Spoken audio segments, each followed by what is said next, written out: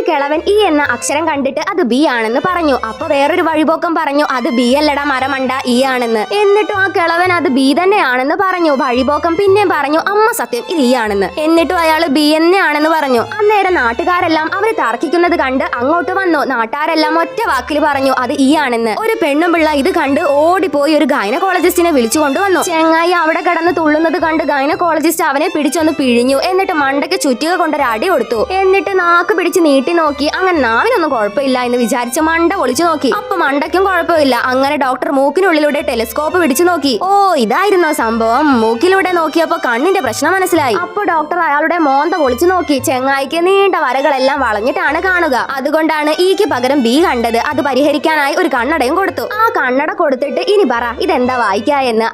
ഇതാണ് ഈ. ആ സമയത്താണ് അങ്ങോട്ടേക്ക് രാജാവ് മുഖം കാണിക്കാൻ വരുന്നത്. എല്ലാവരും കുമ്പിട്ട് തൊഴുതു. അപ്പൊ രാജാവും ആ മണ്ടനെ പോലെ തന്നെ ഈ കണ്ടിട്ട് ബി എന്ന് പറഞ്ഞു. അപ്പൊ ഗൈനക്കോളജിസ്റ്റ് പറഞ്ഞു രാജാവേ അങ്ങ് ഇതൊന്ന് നോക്കിയേ, ഈ മണ്ടന്റെ അതേ അസുഖം തന്നെയാണ് രാജാവിന് ഉള്ളത് എന്ന് പറഞ്ഞു. അങ്ങനെ ആ കണ്ണട വാങ്ങി രാജാവും വെച്ചിട്ട് പറഞ്ഞു ഇത് ബി അല്ലല്ലോ ഈ തന്നെയാണെന്ന് പറഞ്ഞു. ഇത് കണ്ടുപിടിച്ചതിന് രാജാവ് ഡോക്ടർക്ക് ഒരു സ്റ്റാറും കൊടുത്തു. രാജാവ് സേനാപതിയോട് ഒളിച്ചിട്ട് പറഞ്ഞു നീ നമ്മുടെ ആൾക്കാരെ ഇങ്ങോട്ട് വിളിയെന്ന്. സൈനികർ വന്ന് അവിടെയുള്ള എല്ലാ നാട്ടുകാരുടെയും മണ്ട പൊളിച്ച് ഈ എന്ന അക്ഷരം മാറ്റി ബി ആക്കി മാറ്റി. എന്നിട്ട് രാജാവ് ഇനി പറ ഇത് ഏതാ അക്ഷരം എന്ന്. അപ്പൊ നാട്ടുകാരെല്ലാരും കൂടെ പറഞ്ഞു ബി.